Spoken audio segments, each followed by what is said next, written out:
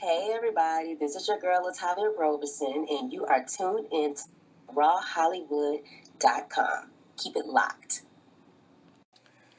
What's going on, Team Hollywood? This is Virgil, representing for rawhollywood.com, and today I have the pleasure of speaking to one of my favorite singers, LaTavia Roberson, formerly of Destiny's Child. How are you? I'm wonderful. How are you? I'm doing great.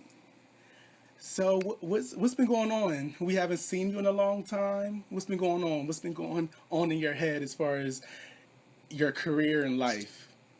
You know what? I've been on an extreme hiatus.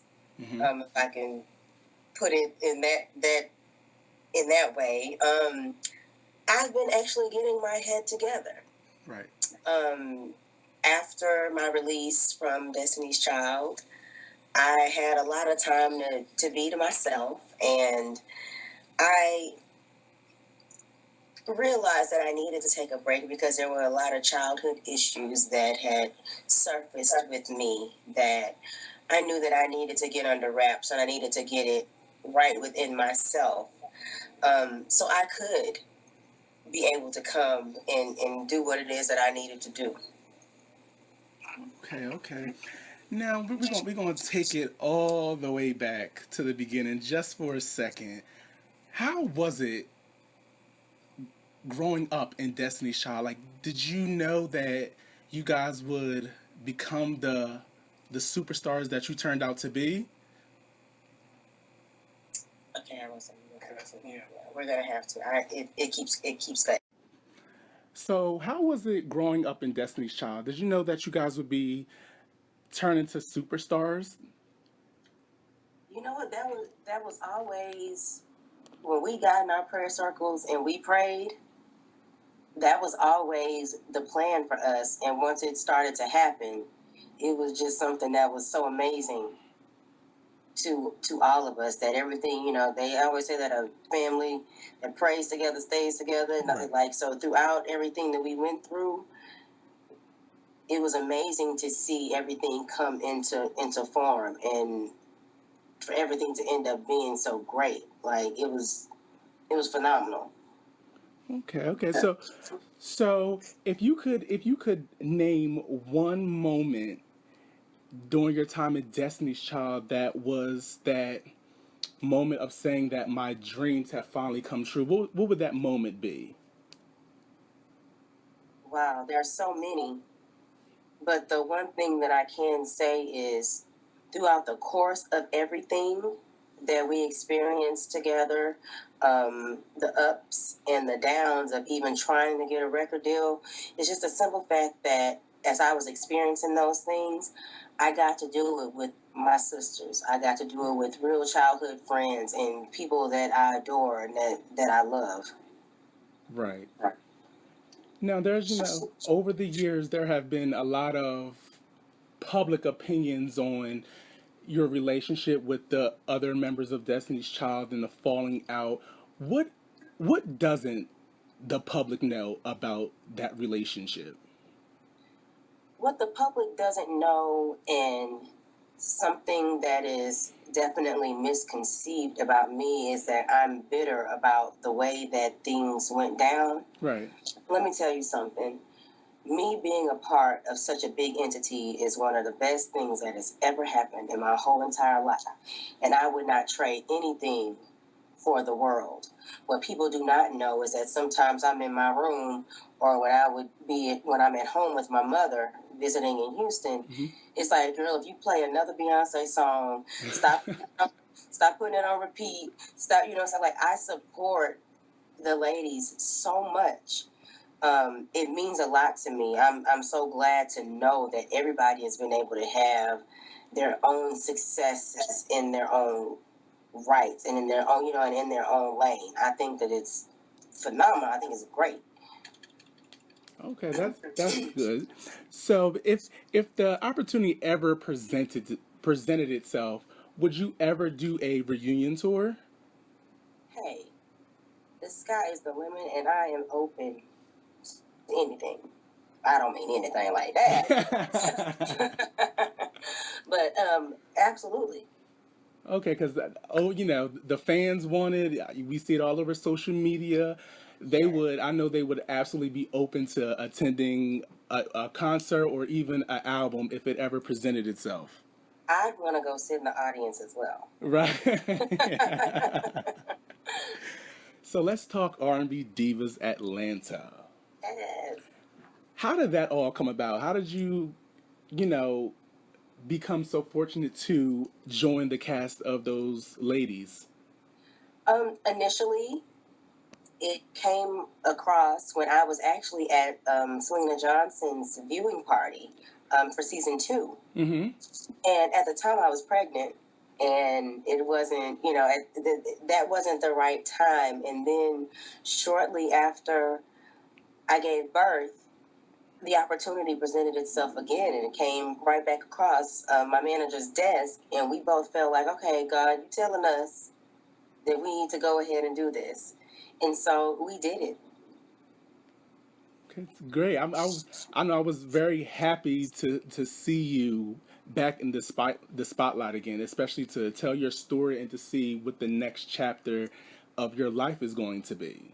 Thank you so much. I really appreciate that. You're very welcome.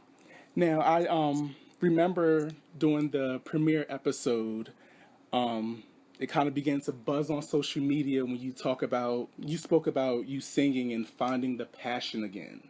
Mm-hmm. Now, a lot of people said, does she not want to sing again? Does she want to? Or could you just clear that up for anyone who is in limbo on what you exactly meant? Absolutely.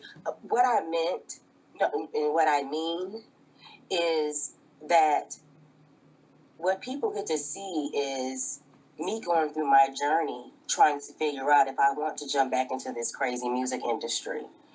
There have been a lot of things, there have been a lot of ups and downs in my life, and I'm on a journey right now, finding my way back to in which way I want to be back into the music industry. Right. There's a lot of things about the music industry, and I'm not just speaking about Destiny's Child, but there are a lot of things about the music industry that kind of left a bad taste in my mouth. Mm-hmm. So I'm trying to figure out whether or not I want to jump into it in that aspect. People think that I'm afraid to sing. No, it's not that I'm afraid to sing. And me saying my fear is coming and having to do something so quick and it not being right.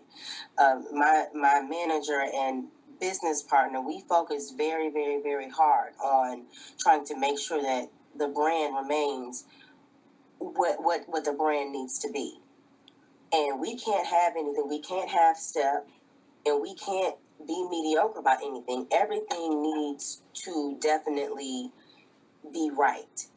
And it's just something that, like I said, I'm going through something right now, and it is truly my reality. Right. That I'm going through. It's not a fabricated story or anything like that. And I just really want people to understand that I'm going through a process. It's a process. I've not been in the spotlight and on a stage in over a decade now. So I can't just jump head first into something that, that would be that detrimental or not, to my career. Right. It's not going to happen. I'm not going to try to not, like I said, not do something that's just not right. Right. Plus, given the fact that the industry has changed so much since you were in the industry.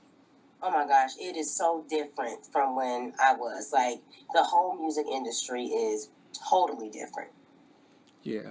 So, do you think that the industry has changed for the good or for the bad, or a little bit of both? I was about to say, I can't say either or. Mm-hmm. There are ways I understand. Like, one thing that I do like is that music in the industry, like, now a lot of things are so trendy now, which means that the industry is open for a lot of change. Mm-hmm.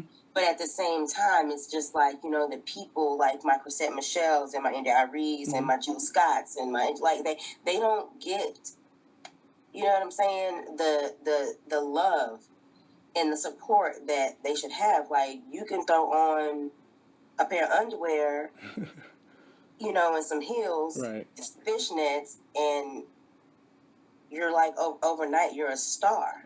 Right.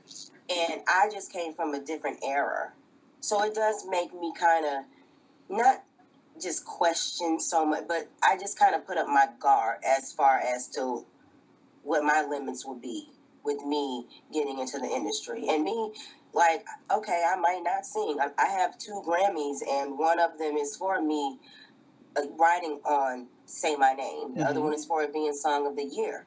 So the simple fact, I would love to be behind the scenes. I would love to develop some talent. So because, like, to me, people keep putting this cap on me, like I have to put out an album to be in the music industry, and I totally disagree. I'm at the point in my life, like I said, I'm a mother now. I'm trying to work on my family as well. And there's a strong side of me that would love to just work on the entrepreneurial side of me being a mogul type of woman in this music industry. Right. Okay, I like that. So, speaking on your Grammy win, how was it winning a Grammy, which is, one of the biggest awards you probably could ever win in the music industry? I am, even to this day, even though it's been, that was like in 2000, I think, that we got those Grammys for Say My Name. I am still, every time I look at them, I'm so very humbled. I think that it's one of my biggest accomplishments, and I love the way that I got the Grammys because I was with my sisters, and there was something that we all did together. Right. So it's amazing. Hey, it's amazing. I can't say anything. Yeah, that was. I remember that moment watching it, and it was really amazing, especially since I followed you guys' story from the beginning. So basically, seeing you guys blossom and getting awards that you rightfully deserved was absolutely amazing. Thank you. Thank you. You're very welcome. Now, I was watching you a few weeks ago on Wendy Williams, and you were talking about a new book that you are in the process of working on. Yeah. What can your fans and even people that don't like the new generation coming up, what can they expect in this book? What they can expect? It's my memoir, and we like to call it. Not that it's the title, but we love to call it my love letter, because it's about me being very transparent to all of my supporters throughout the years, the people that have wondered, well, where has she been? What has she been doing? I've gone through a whole lot in the over the decade that I've been, away, and people could not see me. And me resurfacing, like, I've heard a lot of rumors about myself, and I just want to tell and express the good, the bad, and the ugly. I'm not ashamed of a lot of the things that I've gone through. Shortly after my release from Destiny's Child, I had a lot of time to live in my own head, and a lot of things from my childhood started to surface that I was just trying to figure out a way, like, how can I get through this? And I didn't know, and I chose a wrong way, and I decided to start abusing substance. I chose alcohol, and I got counseling for it, and I got down to the bottom and the root of what was really bothering me, and what really stemmed that whole abuse with my relationship with alcohol at that time in my early 20s, very early 20s. Was a simple fact of me, which I just spoke about. I spoke about on the show last night. Was a simple fact that I was molested as a child, and it surfaced. My relationship with my parents, me kind of being by myself and on my own, and I just tried to self-soothe. And I later discovered that is not the way. That wasn't the way for me to try to cope and deal with it. It's to hit it head on. And that really stemmed me picking up a pen. Like, I know no computer, I picked up a pen and I started to write. And I felt like that the things that I had been going through, and there's so many other things, like, it really is a jaw dropper. And people like to say tell all. I don't like to say tell all because it just sounds so scandalous, but it is. It's a tell all about my truth, about my world, about my truth in Destiny's Child, about my truth after Destiny's Child. It lays out everything. And I'm really glad that I had to go through so much, because I don't even think that I went through so much because it's even about me. I think that God took me through so much so I can be an inspiration to another young girl, another young lady that thinks that she has to abuse something to cope. Life is going to throw us so many curveballs, and you know what? We're going to have different circumstances, but we go through circumstances, but we don't have to be our circumstances. And I just want young ladies and young people, period, to just know that there is a way to get through and to overcome everything. And that's the premise of why I wrote my love letter. Okay, that you already got me sold. I want to buy my copy right now. Yes, come on and purchase 25 copies before it come out. So when can we expect it to be released? Right now, I'm in the finishing stages of it, and the reason why I had to write some more is because I thought I was finished, and then became pregnant. So I decided to start writing about my pregnancy, and then once I gave birth and I actually started being a mother, I was like, oh my gosh, it's still not finished. But the only thing right now that I'm trying to do, I'm just trying to find the perfect publishing home, because this memoir, this love letter, is my baby. Right. And it has to be in the right hands. And just like I said about the singing, it has to be right. I'm not trying to half step with anything. I can't afford to. That's true. I agree. So speaking on babies, how has motherhood changed you? Oh, wow. You know what? I've never thought that you could love something so much. And every day as my pregnancy went along, I was loving her before I met her. And now that she's here, it's so crazy. My daughter, she doesn't wake up crying. She wakes up smiling, and her smile just melts my heart.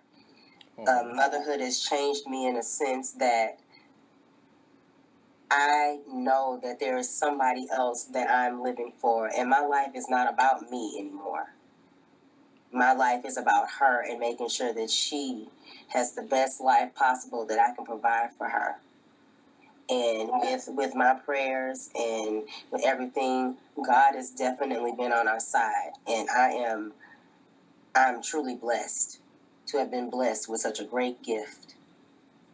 Oh, that's wonderful. Well, congratulations. Thank you. You're welcome. Now, how would you feel if your daughter grew up and wanted to be in this industry? Would you steer her away, or would you let her take her own path? Absolutely not. I pray that my daughter has her own mind and that she wants to have her own paths in anything. My daughter wants to be a hairstylist. I am definitely, I'm supportive of what it is that she wants to do. Only thing that I can do is just give her advice. The simple fact that her dad is in the music industry as well, you know, like we already said that we would never try to steer her away. Right. If she ever decided that she wouldn't, I wouldn't try to push it on her, because that's where I came from. That's where he came from. I just want her to be a smart businesswoman, no matter what it is that she chooses for a career. Okay. Now, I know that the current season of R&B Divas is currently underway, but if presented, would you be joining the cast for another season? You know what? I'm definitely open to it. My experience has been it's been fairly well with joining the cast of R&B Divas. So it's just something that once it does present itself, if it presents itself, it's just something that myself and my business partner would have to sit down and we'd have to discuss and see if it's the best road for me to take at that time. Right. Okay. Now, absolutely.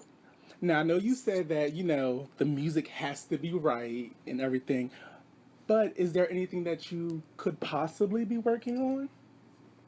I have been listening and meeting with producers and trying to think of a right sound. There's a sound that I have in my mind, and, it's quite different than what people might think. Right.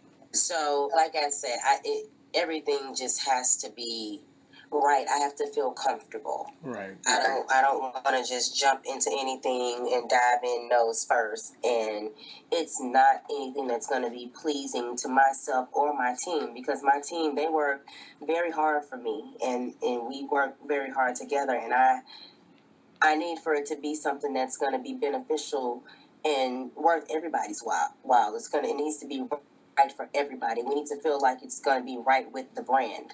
Correct. Now, for someone who has been in this industry for many, many years, what advice would you give to any upcoming artist that wants to break into this industry? It's so crazy. I was just talking with a young lady earlier today who's aspiring to be in the industry, and this is even the advice that I would even give my daughter, is just to be about your business. No matter what, people can throw up a whole bunch of smoke screens, and make sure that your grass is cut low enough so you can see all the snakes crawling through it. Because it is just, it's a crazy business, but it's a wonderful business in its own right at the same time. But I just think that anybody that's going to be an artist or that wants to break into it, be about your business and make sure that you look out for you, because if you don't look out for you, then nobody else is. That's very true.